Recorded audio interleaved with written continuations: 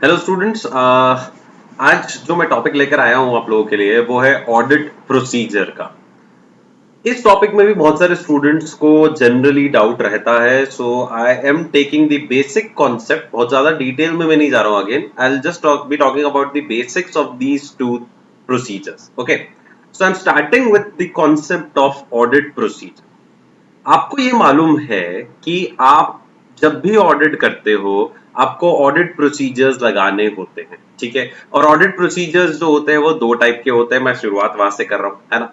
अच्छा, audit procedure क्या होता है? देखो, जब भी आप ऑडिट करते हो, है ना, जब से आप प्लानिंग शुरू करते हो या प्लानिंग से भी पहले आप जब स्ट्रैटेजी बनाते हो, और स्ट्रैटेजी बनाने के बाद आप लोग प्लान करते हो, प्लान करने के बाद आप उसके लिए प्रोग्राम डेवलप करते हो, प्रोग्राम डेवलप करने के बाद उसके लिए प्रोसीजर लगाते हो ताकि आप सबूत इकट्ठे कर सको।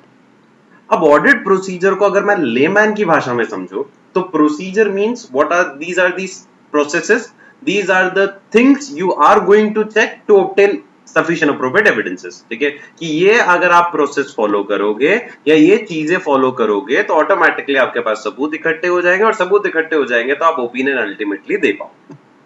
अब लॉजिक से साथ शुरू करते हैं। ऑडिट में हमेशा ये ध्यान रखना, बेसिक्स में हमेशा ये ध्यान रखना कि ऑडिट में जब आप चेकिंग करोगे, एग्जामिनेशन करोगे, तो मेनली और मेनली आपको दो ही चीजें चेक करनी है। कौन सा? एक, इंटरनल कंट्रोल्स अगर हैं तो इंटरनल कंट्रोल सिस्टम को इवैल्यूएट कर लेना, और इंटरनल कंट्रोल्स को देखने के बाद आपको क्या देखना है? अकाउंटिंग सिस्टम इवैल्यूएट करना है, क्योंकि अल्टीमेटली आपको ओपिनियन जो देनी है वो अकाउंटिंग एस्पेक्ट्स पे देनी है। पर उससे पहले ये जरूर देख लेना कि क्या मैनेजमेंट ने कंट्रोल्स लगा रखे हैं, इंटरनल कंट्रोल्स लगा रखे हैं, फाइनेंशियल कंट्रोल्स लगा रखे हैं।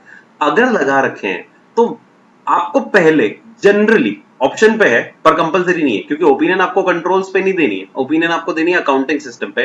बट आप एक बार जनरली कोशिश करना कि पहले आप इंटरनल कंट्रोल्स को इवैल्यूएट कर लो। क्यों? क्योंकि उसमें आपका ही फायदा छुपा है। कैसे छुपा है आपका फायदा? भाई, अगर कंट्रोल स्ट्रांग होंगे, कंट्रोल की स्ट्रेंथ अच्छी है ना, तो ऑटोमेटिकली अकाउंटिंग सिस्टम जो है वो ज्यादा रिलायबल होगा। तो आपको अकाउंटिंग सिस्टम चेक करते समय नेचर, टाइमिंग और एक्सटेंट ऑफ ऑडिट प्रोसीजर कम लगाने। But it's up to you, it's not compulsion. Again मैं बोल रहा हूं, है ना। आपको लगता है कि नहीं भाई, मेरे को कंट्रोल्स को ज्यादा इवेल्युएट नहीं करना है, मेरे को कंट्रोल्स पे रिलाय नहीं करना है, मैं सीधे अकाउंटिंग सिस्टम को चेक करूंगा डिटेल में और उसी के बेसिस पे ओपिनियन दे दूंगा, that is your choice. But preferably you should evaluate controls first, है ना। एक बार तो नजर माननी ही पड़ेगी कि बिल्कुल खराब अगर कंट्रोल्स हैं या no control exist in a larger organization, then there would be a big problem in the accounting aspect. So मैं शुरू कर रहा हूं कॉन्सेप्ट। ऑडिट प्रोसीजर जो है वो दो टाइप के होते हैं। कौन कौन से, पहले वो समझा देता हूं। एक होता है रिस्क असेसमेंट प्रोसीजर, ठीक है, कि सबसे पहले आपको क्या करनी है? रिस्क असेस करनी है। और फिर दूसरा होता है, एक बार रिस्क असेस कर लोगे उसके बाद आपको डिसाइड करना इजी हो जाएगा कि आपको किस में क्या ज्यादा चेकिंग करनी है, तो फर्दर ऑडिट प्रोसीजर सेकंड हिस्सा आता है, ठीक है। पहले रिस्क असेसमेंट प्रोसीजर की बात कर लेते हैं। What do you mean by risk assessment procedure?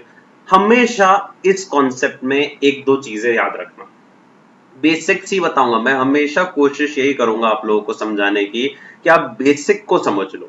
Language फिर याद करनी है वो सेकेंडरी पार्ट है, पर बेसिक अगर क्लियर हो गया और फंडा क्लियर है तो लैंग्वेज पढ़ने में कोई दिक्कत नहीं आएगी। बाकी अदरवाइज आप रटना शुरू कर दोगे, ठीक है। Cramming is not a good habit, specially in a subject like auditing.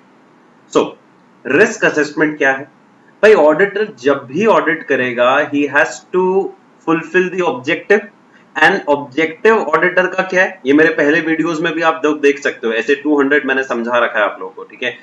Objective of auditor क्या होता है? उसको रीजनेबल एश्योरेंस इकट्ठी करनी है कि whether the financial statements are free from material misstatement, मतलब फाइनेंशियल स्टेटमेंट में कहीं कोई रिस्क ऑफ मिसस्टेटमेंट तो नहीं है, और इसीलिए उसको सबसे पहले रिस्क असेस करनी है। रिस्क असेसमेंट की कहानी बहुत सिंपल होती है। रिस्क असेसमेंट की कहानी 3 स्टेप्स में चलती है। सबसे पहले आइडेंटिफाई करो कि रिस्क है कौन से असर्शन में। असर्शन मीन कौन से अकाउंट बैलेंस में, कौन से क्लास ऑफ ट्रांजैक्शन में, डिस्क्लोजर में कोई गड़बड़ है, ठीक है। फिर आइडेंटिफाई करने के बाद उस पर्टिकुलर रिस्क को असेस करो, किसके एंगल से? ओवरऑल फाइनेंशियल स्टेटमेंट के एंगल से, ठीक है, कि इस जो रिस्क मिली आपको इंडिविजुअल आइटम्स के अंदर, उसका ओवरऑल इंपैक्ट आपको असेस करना है। और फिर उस रिस्क के खिलाफ आपको क्या करना है, एड्रेस करना है उस रिस्क को, उस रिस्क के खिलाफ आपको क्या देना है, रिस्पॉन्ड करना है। अब रिस्पॉन्ड कैसे करते हैं उसके लिए एक अलग से ऐसे बना हुआ है, तो ये पूरा ऐसे की ही कहानी है। देखो ऐसे 315 जो है आपका, ठीक है, understanding of the entity and identifying and assessing the risk, ये दोनों एस्पेक्ट तो किसके अंदर दे रखे हैं, ऐसे 315 के अंदर दे रखे हैं, है ना। और ये उसके खिलाफ रिस्पॉन्ड करना है, ये ऐसे 330 में दे रखा है कि ऑडिटर किस तरह से रिस्पॉन्ड करेगा जब उसको रिस्क नजर आती है। जैसे वो अपना nature time extent of audit procedure बढ़ा देगा, जैसे वो क्या करेगा, वो अपना स्कोप ऑफ ऑडिट बढ़ा देगा, ठीक है, फाइन, वो ज्यादा से ज्यादा सबूत इकट्ठे करने की कोशिश करेगा, ठीक है, परसुएसिव एविडेंसेस इकट्ठे करने की कोशिश करेगा, ये सब उसको करना है। तो रिस्क असेसमेंट का सिंपल सा मतलब क्या है कि आपको आइडेंटिफाई करना है, असेस करना है और रिस्पॉन्ड करना है रिस्क को। लेकिन ये सब करोगे कैसे भाई, जब तक आपने एंटिटी को ढंग से नहीं समझा। तो इससे पहले क्या करो, अंडरस्टैंडिंग ले लो। किसकी अंडरस्टैंडिंग ले लो, एंटिटी की, ठीक है, उसके एनवायरनमेंट की अंडरस्टैंडिंग ले लो कि एंटिटी का माहौल क्या है, एंटिटी को समझ लिया और उसके एनवायरनमेंट को समझ लिया, ठीक है। एनवायरनमेंट का मतलब क्या होता है, अगेन 315 के अंदर लिखा हुआ है, environment of the entity includes what, किस इंडस्ट्री में वो है, उसके ऊपर लॉ कौन कौन से एप्लीकेबल है ना, उसका लीगल फ्रेमवर्क, उसके ऊपर एफआरएफ कौन सा एप्लीकेबल है, तो वो सारे चीजें आपको वेरीफाई करनी है। उस एंटिटी का नेचर क्या है, ऑब्जेक्टिव क्या है, इंटरनल कंट्रोल्स कैसे, ये सब अंडरस्टैंड करने के बाद वहां पर रिस्क आपको आइडेंटिफाई, असेस और रिस्पॉन्ड करना। तो एक तो प्रोसीजर ये लगाना है। दूसरा, रिस्क असेसमेंट के बाद फिर आपको फर्दर ऑडिट प्रोसीजर की कहानी शुरू करनी है। फर्दर ऑडिट प्रोसीजर दो टाइप के हैं, एक आपका कहलाता है कंप्लायंस प्रोसीजर या कंप्लायंस रिव्यू, दूसरा कहलाता है सब्सटैंटिव प्रोसीजर या सब्सटैंटिव रिव्यू। तो एक हमेशा बात को याद रखना, ऑडिट प्रोसीजर जनरली लोग सीधे क्या बोल देते हैं, सर दो ऑडिट प्रोसीजर है, कंप्लायंस और सब्सटैंटिव। ऐसा नहीं है, ऑडिट प्रोसीजर है तो दो, पर कौन से, रिस्क असेसमेंट और फर्दर के फिर दो पार्ट है, कंप्लायंस और सब्सटैंटिव। अब इनकी डिटेल्स पे मैं आ जाता हूं। कंप्लायंस प्रोसीजर क्या होता है, देखो अभी मैंने आपको बोला ऑडिटर को, और ये बात दिमाग में बिठा लेना कि दो ही चीजें, मैक्सिमम दो चीजें वो देखेगा, एक अकाउंटिंग एस्पेक्ट, एक इंटरनल कंट्रोल वाला एस्पेक्ट। पहले कोशिश उसको क्या करनी है, कंट्रोल्स इवैल्यूएट करने, ठीक है। तो इस पर्टिकुलर कंप्लायंस प्रोसीजर को हम लोग क्या बोलते हैं, इसको हम टेस्ट ऑफ कंट्रोल भी बोलते हैं, क्योंकि ये मेनली किसको चेक करने के लिए लगाया गया है, कंट्रोल्स को चेक करने के लिए। और कंट्रोल्स में भी आपको क्या देखना है भाई, आपको कंट्रोल्स में भी यही देखना है कि कंट्रोल्स लगे हुए हैं कि नहीं लगे हुए है कि नहीं है, एग्जिस्ट कर रहे हैं कि नहीं कर रहे हैं, और अगर हैं तो क्या वो इफेक्टिवली ऑपरेट कर रहे हैं कि नहीं कर रहे हैं। बस ये दो मेन चीजें देखनी है आपको उसके अंदर, है ना। और सब्सटैंटिव किसको चेक करने के लिए हो गया, फिर शॉर्ट में बोलूं तो अकाउंटिंग सिस्टम को चेक करने के लिए क्या लग गया, सब अकाउंटिंग सिस्टम को चेक करने के लिए क्या लग गया, एक तरह से आपका सब्सटैंटिव प्रोसीजर। और सब्सटैंटिव के वापस दो पार्ट है, एक होता है टेस्ट ऑफ डिटेल्स, मतलब आपको डिटेल में एक एक ट्रांजैक्शन को चेक करना, अकाउंट बैलेंस को चेक करना है, जिसको हम शॉर्ट में वाउचिंग वेरिफिकेशन भी बोलते हैं। और दूसरा, आपको लास्ट में लगता है कि नहीं बहुत ज्यादा डिटेल में मैं नहीं जाना चाह रहा हूं, या इसके साथ साथ आपको डिटेल में भी जाना है, दोनों ऑप्शन है, एंड और दोनों कर सकते हो, एंड भी कर सकते हो और भी कर सकते हो आप। एनालिटिकल प्रोसीजर, एनालिटिकल प्रोसीजर का मतलब शॉर्ट में भी बोलूं, बाकी इसका पूरा स्टैंडर्ड अलग है, क्या करो, रेशियोज और ट्रेंड्स को इवैल्यूएट कर लो। रेशियो और ट्रेंड से भी आपको हो सकता है थोड़ा इंडिकेशन मिल जाए कि एकदम से क्यों चेंज हो रहा है, लास्ट ईयर के फिगर से इस साल के फिगर में एकदम से अपर साइड पे क्यों चला गया, लोअर साइड पे क्यों चला गया। So this is an indication कि डिविएशन हो रहा है और हो सकता है ये गड़बड़ हो या। तो मैं कंटेंट पे थोड़ा सा ला रहा हूं आपको लॉजिक के साथ साथ, ठीक है, कंटेंट थोड़ा सा पढ़ेंगे। ऑडिट प्रोसीजर कितने टाइप के होते हैं, दो टाइप के, कौन से, रिस्क असेसमेंट और फर्दर। रिस्क असेसमेंट का कहानी मैंने आपको बता दिया, ये वो ऑडिट प्रोसीजर है जिसमें सबसे पहले ऑडिटर क्या करेगा, सबसे पहले ऑडिटर अंडरस्टैंडिंग लेगा किसकी, एंटिटी, इसके एनवायरनमेंट और उसके इंटरनल कंट्रोल की, और फिर वो आइडेंटिफाई करेगा, असेस करेगा रिस्क ऑफ मटेरियल मिसस्टेटमेंट को फ्रॉड एरर की वजह से, ठीक है, और फिर उसके खिलाफ उसको रिस्पॉन्ड करना है। वो यहां नहीं लिखा डेफिनेशन में, क्योंकि रिस्क असेस करने तक ही अपने को प्रोसीजर लगाना है। रिस्पॉन्स 330 में है, असेसमेंट पूरा का पूरा कहां पे है, असेसमेंट पूरा का पूरा ये जो कंटेंट है ये 315 का कंटेंट है, ओके। फिर सेकंड, फर्दर उसको क्या करना है, टेस्ट ऑफ कंट्रोल लगाने, मतलब कौन से प्रोसीजर, कंप्लायंस और लैंग्वेज पे फोकस करना। स्टैंडर्ड के अंदर क्या लिखा हुआ है, ओरिजिनल लैंग्वेज है ये सारी, है ना। स्टैंडर्ड के अंदर लिखा हुआ है टेस्ट ऑफ कंट्रोल तब करना व्हेन रिक्वायर्ड बाय ऐसे और when the auditor has chosen to do so. मतलब this is not compulsory, as I said, आपको ओपिनियन जो देनी है वो किस पे देनी है, अकाउंटिंग पार्ट पे। तो सब्सटैंटिव प्रोसीजर तो लगाने ही लगाने, इररिस्पेक्टिव ऑफ कुछ भी हो जाए। मतलब आपने टेस्ट ऑफ कंट्रोल लगा लिया और 100% आप सेटिस्फाइड हो कि हाँ कंट्रोल सही होंगे, फिर भी अकाउंटिंग सिस्टम तो एक बार देखना ही पड़ेगा। वहां ऑप्शन नहीं कि कंट्रोल टेस्ट कर लिया अब मैं सब्सटैंटिव नहीं लगाऊंगा, नहीं। लेकिन ये ऑप्शन है कि आप टेस्ट ऑफ कंट्रोल ना लगाओ, क्योंकि कंट्रोल्स पे आपको ओपिनियन नहीं देनी है। हाँ, अनलेस और अनटिल किसी स्टैंडर्ड में ही रिक्वायर्ड है कि आपको इस एस्पेक्ट को देखना ही पड़ेगा। जैसे लिस्टेड कंपनीज के अंदर मैंडेटरी हो गया कि आपको आईएफसी और एफआर के ऊपर ओपिनियन देनी, इंटरनल फाइनेंशियल कंट्रोल के ऊपर रिपोर्टिंग देनी है, तो वहां ये कंपलसरी है ना। या फिर ऑडिटर की चॉइस पे। जबकि सब्सटैंटिव प्रोसीजर में कोई चॉइस नहीं है, वहां आपको लगाना ही है कौन से, टेस्ट ऑफ डिटेल्स और substantive analytical procedure. Fine, clear. अब मैं पहले एक छोटी सी डेफिनेशन कंप्लायंस प्रोसीजर की बता दूं। क्या है, कुछ भी नहीं है। टेस्ट ऑफ कंट्रोल मतलब ऐसे ऑडिट प्रोसीजर जिसमें ऑडिटर क्या देख रहा है, इंटरनल कंट्रोल्स की ऑपरेटिंग इफेक्टिवनेस। कि क्या इंटरनल कंट्रोल, ऑपरेटिंग इफेक्टिवनेस से भी पहले मैं बोल दूं तो एग्जिस्टेंस तो देख लो है कि भी नहीं है, होगा तो ही तो ऑपरेटिंग इफेक्टिवनेस देख रहे हो, बाकी तो क्यों देखोगे, है ना। तो वहां लिखा नहीं इंडायरेक्टली, पर लॉजिक अपने को हमेशा याद रखना है कि क्या इंटरनल कंट्रोल एग्जिस्ट कर रहे हैं और क्या वो इतने इफेक्टिवली चल रहे हैं कि वो प्रिवेंट कर पा रहे हैं, डिटेक्ट कर पा रहे हैं, करेक्ट कर पा रहे हैं मिस स्टेटमेंट्स को जो असर्शंस पे, इंडिविजुअल ट्रांजैक्शंस पे, अकाउंट बैलेंसेस पे मिले हैं। ठीक है, तो हमें सिर्फ यही देखना है कि कंट्रोल इतना स्ट्रांग है कि वो आसानी से मिस स्टेटमेंट्स को, खासकर मटेरियल मिस स्टेटमेंट्स को, पीडीसी प्रिवेंट कर पा रहा है, डिटेक्ट कर पा रहा है और वो करेक्ट कर पा रहा है उसको। ठीक है, फाइन।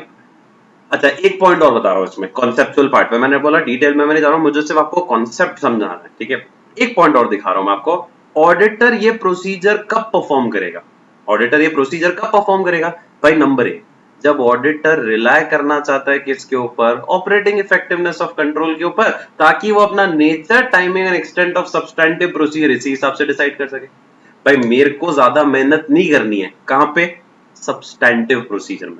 तो मुझे सब्सटैंटिव में ज्यादा मेहनत नहीं करनी है, इसीलिए मैं क्या कर रहा हूं, इसीलिए मैं compliance procedure, test of control लगा रहा हूं और इंटरनल कंट्रोल की ऑपरेटिंग इफेक्टिवनेस देख रहा हूं, ताकि ये अगर अच्छा हो तो मेरा nature, timing and extent of substantive procedure मुझे कम लगाना पड़े। और ये अगर खराब हो तो मुझे पता चले कि मुझे सब्सटैंटिव प्रोसीजर की नेचर, टाइमिंग, एक्सटेंट कितनी लगानी, इसलिए टेस्ट ऑफ कंट्रोल आप लगा रहे हो। और उल्टा भी हो सकता है, कभी कभी आपने टेस्ट ऑफ कंट्रोल को इग्नोर कर दिया, बोले नहीं मैं नहीं लगाऊंगा, ठीक है, आपने सब्सटैंटिव शुरू किया लगाना, लेकिन सब्सटैंटिव लगाने के बाद आपको लगा यार इससे तो मेरे पास प्रॉपर सबूत आए नहीं, तो फिर आप पीछे लौट के आए किस पे, वापस टेस्ट ऑफ कंट्रोल पे। तो क्या लिखा है, दूसरा दूसरा केस कब लगा सकते हो ये, जब substantive procedure alone can not provide sufficient appropriate audit evidence. ठीक है, तो दो ऑप्शन थे आपके पास, कब आपने लगाया, जब या तो आप इस पे रिलाय करना चाहते हो किस पे, इंटरनल कंट्रोल्स पे, ताकि आप अपना nature, timing and extent of substantive procedure उसके हिसाब से डिसाइड कर सको, या फिर जब सब्सटैंटिव प्रोसीजर अकेला आपको सफिशिएंट अप्रोप्रिएट एविडेंस नहीं दे पा रहा है, तब आप क्या लगा रहे हो, टेस्ट ऑफ कंट्रोल। तो लॉजिक आपको इसका समझ में आया। अब मैं बाकी कॉन्सेप्ट्स तो अभी नहीं ले रहा हूं, मैं आपको सीधे ले चल रहा हूं किस पे, सब्सटैंटिव प्रोसीजर के ऊपर। ठीक है, सब्सटैंटिव प्रोसीजर पर क्या लिखा है, ये वो ऑडिट प्रोसीजर है जो कि किसके ऊपर लग रहे हैं, अकाउंटिंग सिस्टम पे, और अकाउंटिंग सिस्टम में कोई गड़बड़ तो नहीं है, उसमें कहीं कोई मिसस्टेटमेंट तो नहीं है, उसको आपको देखना है। सो सब्सटैंटिव प्रोसीजर में भी defined as an audit procedure designed to detect the material misstatement at the assertion level. Assertion मतलब हुई individual transactions, account balances, disclosures, उनमें कहीं कोई गड़बड़ तो नहीं है, मतलब बुक्स ऑफ अकाउंट्स की बात कर रहा है, उसके ऊपर मैं लगा। और इसके दो टाइप है, कौन से, टेस्ट ऑफ डिटेल्स और सब्सटैंटिव एनालिटिकल प्रोसीजर। इसके लिए पूरा का पूरा स्टैंडर्ड बना हुआ है अलग से 520 वाला। ठीक है, क्या ये ऑप्शन पे है आपके पास, सब्सटैंटिव लगाऊं कि नहीं लगाऊं, नहीं, ये ऑप्शन पे नहीं है। तो क्या लिखा है सेकंड पॉइंट, इररिस्पेक्टिव ऑफ, भले असेस्ड रिस्क, असेस्ड रिस्क मतलब जो आपने रिस्क असेसमेंट प्रोसीजर लगाया था, ठीक है, उस रिस्क असेसमेंट में कितनी भी रिस्क मिली हो या मामूली रिस्क भी मिली हो, तो भी ऑडिटर को तो डिजाइन और परफॉर्म करने हैं सब्सटैंटिव प्रोसीजर, किसके लिए, मटेरियल ट्रांजैक्शंस के लिए तो करना ही करना है। ठीक है, मतलब सारे के लिए नहीं भी करे तो वो उस केस में ठीक है, पर मटेरियल ट्रांजैक्शंस के लिए तो उसको ये चीज देखनी है, भली रिस्क असेसमेंट के दौरान ये पाया गया हो कि रिस्क ना के बराबर है, फिर भी देखना है। और इससे क्या पता चला, दिस रिक्वायरमेंट रिफ्लेक्ट्स, इससे ये पता चला कि सब्सटैंटिव तो तुझे लगाना ही है। क्यों? क्योंकि इंटरनल कंट्रोल पे तो 100% रिलाय नहीं कर सकता, क्योंकि उसमें इनहेरेंट लिमिटेशन होती है, प्लस ऑडिटर ने जो रिस्क असेस करी ना, वो इसका जजमेंटल फैक्टर है, और जजमेंट में कभी कभी गड़बड़ हो सकती है, और हो सकता है रिस्क असेसमेंट के दौरान उसको सारी रिस्क आइडेंटिफाई नहीं हुई हो, जो कि अब आइडेंटिफाई हो जाए जब वो क्या लगा रहा हो, सब्सटैंटिव प्रोसीजर लगा रहा हो। इसीलिए सब्सटैंटिव प्रोसीजर लगाना मैंडेटरी है, कंपल्सरी। आई अब बात समझ में ना? तो टेस्ट ऑफ कंट्रोल लगाना ऑप्शनल है, वो तभी लगाना जब आइदर एनी ऐसे रिक्वायर्स टू डू सो और व्हेन द ऑडिटर चॉइस, ठीक है, लेकिन ये वाला तो लगाना ही है। क्यों? क्योंकि इंटरनल कंट्रोल्स पे 100% रिलाय वैसे भी नहीं कर सकते, क्योंकि इंटरनल कंट्रोल की भी लिमिटेशंस होती हैं, प्लस ऑडिटर ने जो रिस्क असेसमेंट किया वो ऑडिटर का जजमेंट पे बेस्ड रिस्क असेसमेंट था, हो सकता है उसमें सारे रिस्क उसको आइडेंटिफाई नहीं हुए, जो अब आइडेंटिफाई हो जाए वो जब वो डिटेल में चेक करेगा। क्लियर? ठीक है। हाँ, ये उसके पास ऑप्शन है कि वो टेस्ट ऑफ डिटेल लगा के छोड़ दे, एनालिटिकल प्रोसीजर ना लगाए।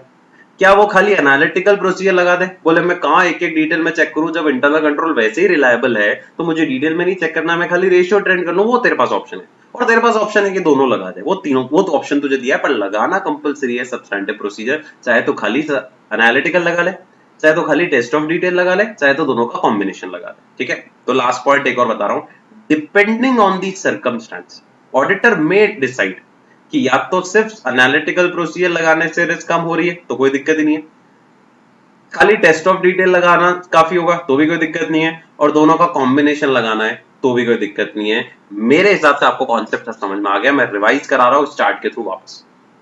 ऑडिट प्रोसीजर कितने टाइप के?